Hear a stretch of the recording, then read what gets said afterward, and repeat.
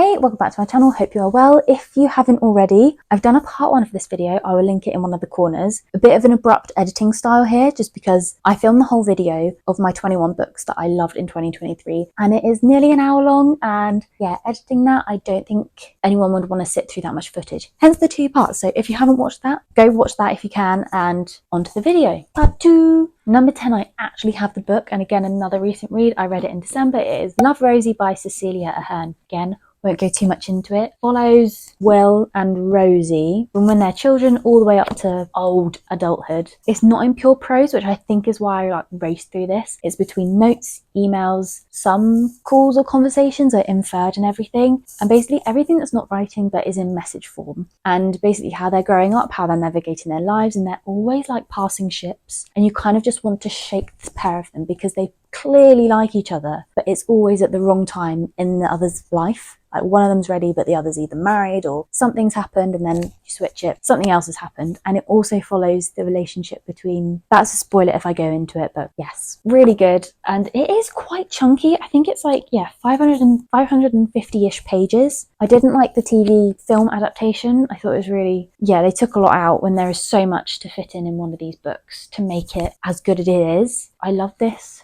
Really comforting. Set in Ireland, no surprise. Would recommend that if you're looking for an easy love story, I guess. 9 is The Success Myth by Emma Gannon. I love Emma Gannon. I'm not going to go on too much about her, but I've read all of her books. I will always buy her books, and I want to get the paperback when it comes out in March. I read a library book before, but I want to read it again so I can highlight a lot of the stuff, because just everything she says is what people are refusing to talk about. And it talks about, like, instead of having it all, why don't you let some of it go, just to make yourself feel a bit more lifted and more yourself, because we're always on, we're always switched on with technology, like digital and everything. So it's like taking a break, realizing it's not the be all end all. You don't have to be on every platform, note to self, but try to enjoy what you're doing. Life is short, so try and make the life that you want. I raced through this.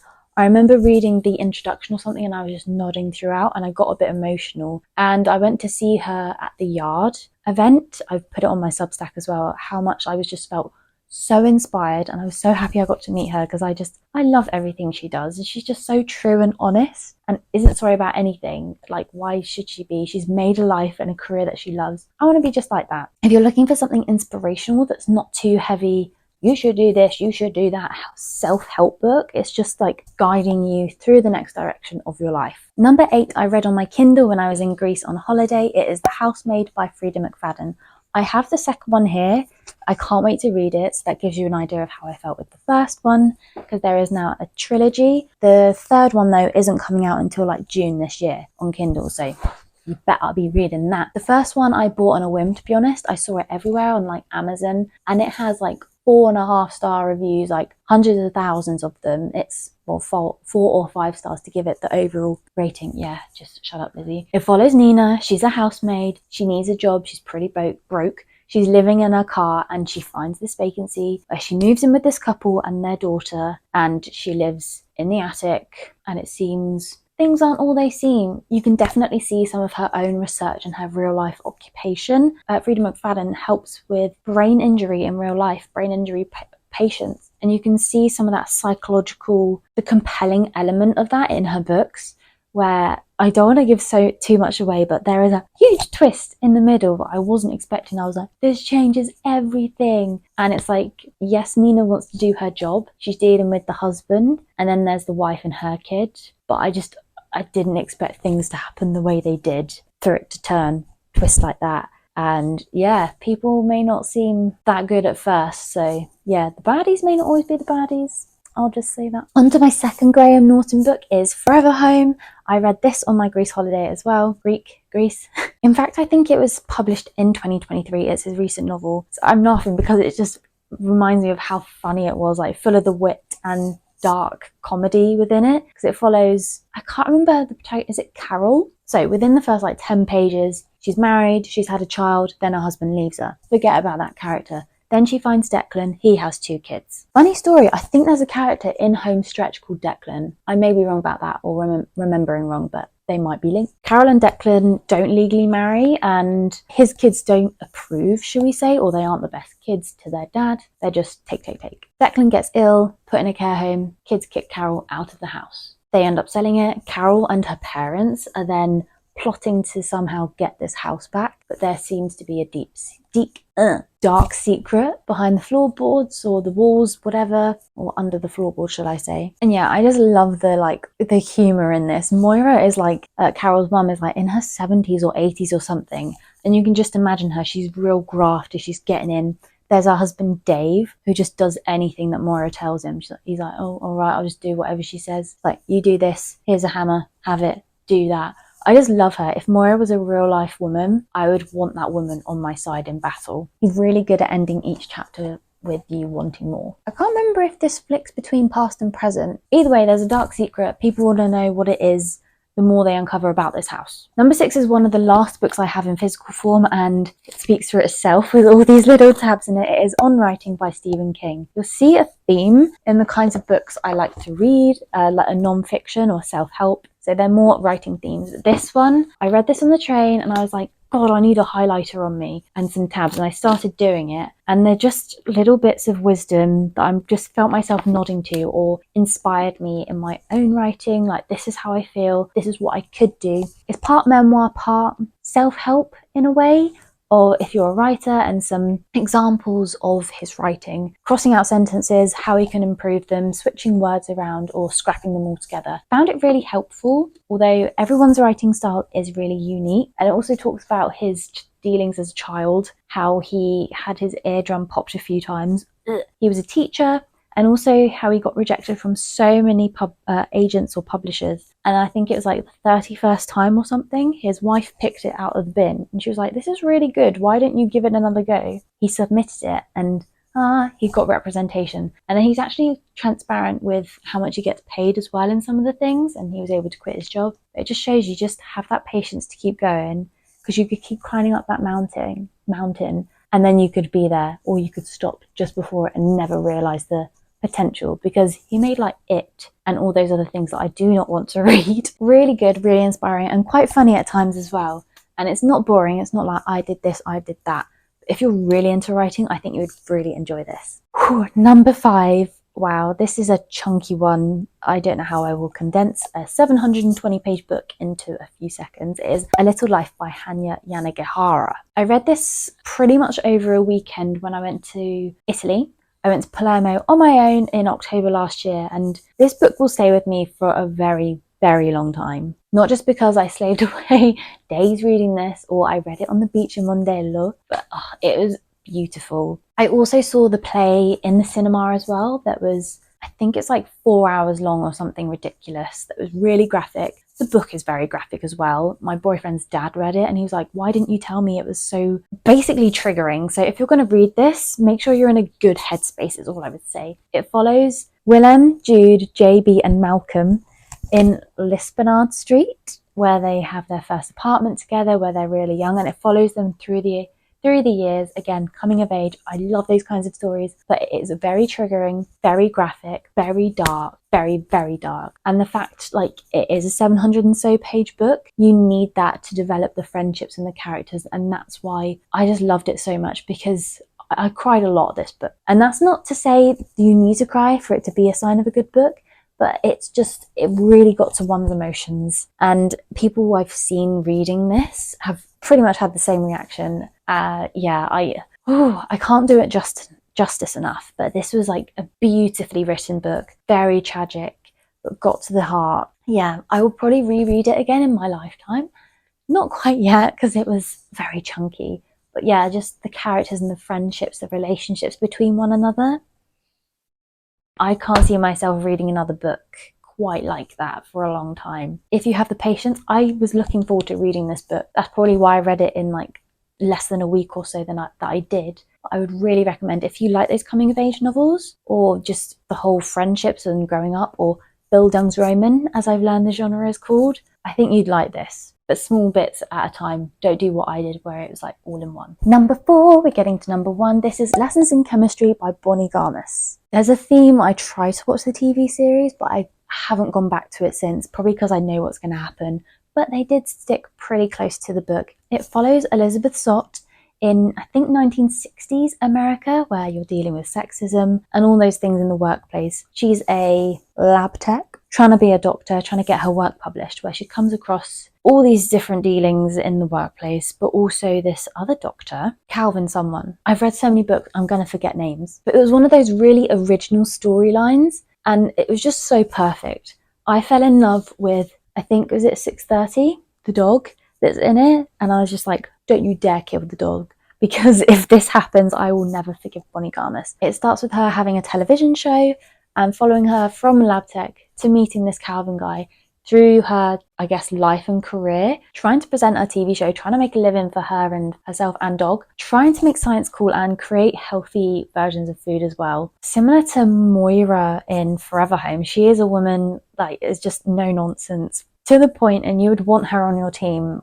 just anywhere if you're going to war. Just straight, no nonsense, to the point. And I just really love her character. Just so funny because she's so serious at times, and just making science cool. The fact Bonnie Garmus, like, she's a copywriter and she wrote this book, and I'm so glad she did. Like, she just made science sound so interesting. My boyfriend has a chemistry degree. I hated science at school. I wasn't very good at it, basically.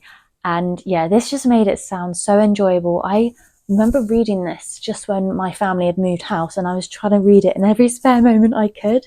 I loved this. Really good, really original. If you're looking for some easy reading and something that leaves a smile on your face and just go, woo, go Elizabeth. That's the one for you. Oh, we're in the top 3. I actually moved these around in terms of my favourites. So number 3 is Great Circle by Maggie Shipstead. Again, this was like a beast of a novel. It was like Bible paper. I think this is like 600 or so pages. I read this when I went to Morocco with my friend, and this is a book that will stay with me for a very, very long time. I won't want to give too much away of this. Marion and her twin Jamie, I think, both from a young age. Marion discovers her love of flying, of planes, and it just follows the two of them in their lives, and it comes basically full circle. But things obviously happen along the way. Marion ends up meeting this guy, and it turns out maybe he's not what she thought he was. And Jamie, he finds his own life, and we follow him there. And just the way they both go on their own journeys. And there's this subplot as well that you don't find out until a certain point, and it all comes together, and it's just so transcending. And I was like, oh my gosh, what has happened? This is really friggin' incredible, and just perfectly came together. This novel did not feel like 600 pages. It felt like a beautiful cloud. I don't know, perfectly formed together and then parted to bring the sun. Just, yeah. Again, I want to reread it again at some point in my lifetime. I recommended this to my friend and colleague at work. She said she started it, then she paused. Then I was like, you need to get to like 130 pages and it takes off from there. No pun intended with the flying. She gave it another go and she's like, yeah, I get you now. She loves it. I love this book. I hope you give it a go and love it as much as I did. Yeah, it's just, it will take you on a journey literally around the world as well. Final 2, number 2, I read this. It seems I tried to pin this to a point of where I was when I was reading it, but I kind of like that. It reminds me of the time where I was. I was in Durham. I bought this, I think it was on my birthday. It was like my birthday trip. It's Penance by Eliza Clark. Ooh, this one, crazy. I've seen this on a lot of people's like top reads of 2023 or 5 stars, and I can totally understand why. When people have tried to explain her first novel, Boy Parts, to me, I've not read it yet, but I've got it like up here on my shelf. I got it for Christmas. I'm like, I don't know what you mean. I can kind of suspect it after reading this book. I thought I was reading a non-fiction book or a book based on a real life event. It didn't happen. I kept researching it. I was like, why is this place not coming up where this novel was set? It doesn't exist, but it is so believable. In the first chapter, I was like, mind is blown. If you are going to read this, I will go into it a little bit more. I would say you need to read a physical copy just because of the way things are written. There are transcripts, there are notes, there are posters or something in there, and I don't think a Kindle would do it justice. Same with like things like The Appeal by Janice Hallett, those kinds of books. I think this, you just have to have a physical copy of it to understand how everything's set, just to get your head around it. It's just like unbelievable, the plotting that went into this book, and just the writing style as well. It's this guy, it's told from the journalist's perspective. narrative and then interviews he's done with people based on this tragic event that happened between, I think, three girls and then the victim. Basically, she said situation, and following police transcripts and speaking to families as well, or locals, about things that have happened and reading local news clippings. Yeah, pretty insane stuff. And it is like the introduction itself, I was like squirming. I was reading it in the pub and I was just squirming because I was like, this is so graphic. And just reading bits throughout, you learn more about girl A, girl B and girl C, and then the victim as well and what happened. Yeah, I really hope nothing happens like that in real life. And the fact it says it happens on like the eve of Brexit night, that's what made it so believable, and that's why it didn't appear in the news. It's set between Whitby and Scarborough or something in this fictional town. Just all the small details and like fake locations, just so believable. I love this novel. Bloody brilliant. Eliza Clark is a genius. And yeah, this novel will stay with me for the wrong and right reasons. It was so dark and so twisted. Bleak as well, which I tend to love. Go in with a real strong mind and strong will with this because it takes you to some dark places. But my gosh, what a genius that woman is. And we get to number 1. I've kept this physical copy, just like I have Penance and Great Circle as well. It is Talking at Night by Claire Daverley. I remember where I was when I bought this. I think I bought it after a trip to London. No, it was either after a trip to London for work from Sainsbury's or before I went to work in the morning. I was like, it's only £7 or £8 in Sainsbury's. I'm going to get that. And I started reading it on the train platform in the sun before work. Oh, so good. This book, like I said with The Little Life, because you cry at a book, it doesn't mean it's a sign of a good book, full stop. This just had me in all the emotions.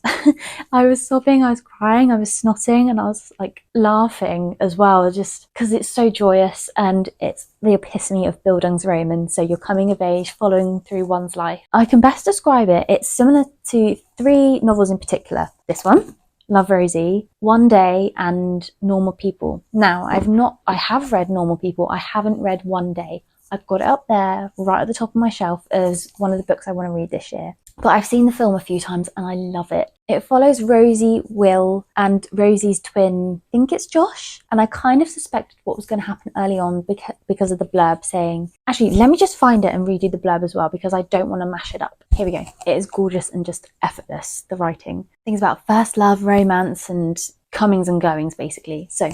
Will and Rosie meet as teenagers. They're opposites in every way, but over secret walks home and late-night phone calls they become closer, destined to be one another's great love story. Until one day, tragedy strikes and any possibility of them being together shatters. But that tragedy and their history is what will connect them forever, and indeed it does. Again, it's like passing ships. Similar to Love Rosie and One Day as well.